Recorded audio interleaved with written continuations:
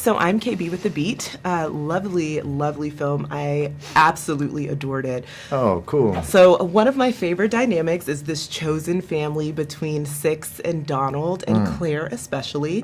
So while we see that Claire kind of opens Six up and, makes him be a bit more compassionate, what do you feel like Six may teach Claire along this journey? I don't know that. Wow, I don't know. That's a good question. I really like this character Six because he's like, they pull him out of jail, and he's been there most of his life. So everything he's doing in the movie is kind of like new to him. He's got a death sentence either way, so he's just trying to kind of live a little before he dies. And I think that's kind of what they have, and Claire and him have in common because she has like it's very different, but she's dealing with something similar in some way. But I think like he's a character that I also thought was interesting because like he doesn't want to be a spy. He doesn't want to be in this movie. He wants to be watching this movie at home.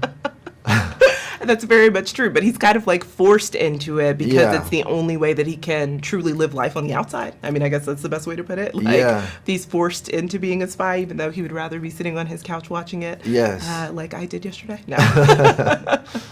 So apart from that, really I know that the Russo brothers said that this took about 9 years to actually come to fruition. Right. So, there's the Six in the novel, and then there's the Six in obviously the screenplay. Are there any kind of, other action movies or romance movies, I don't know, the film, or comedy movies, because the film is kind of a mashup for me. Are there any other films that you drew inspiration from, or maybe any other characters that you portrayed?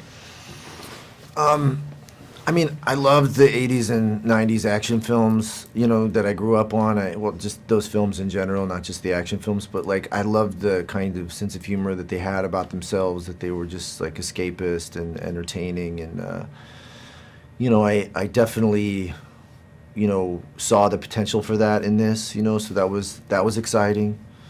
And then in terms of like other inspiration, I had this great technical advisor who was like an ex-Delta Force member, and he was there every day for every scene kind of advising me, but he had great ideas like from the field, like he was, you should have Skittles all the time, because it's a good source of energy and they don't expire, or you should tie your shoelace to the doorknob when you go to sleep because someone comes in, to wake you up. Yeah. It's all these things that were just great details, that were real, that were also just, I hadn't seen them in a movie.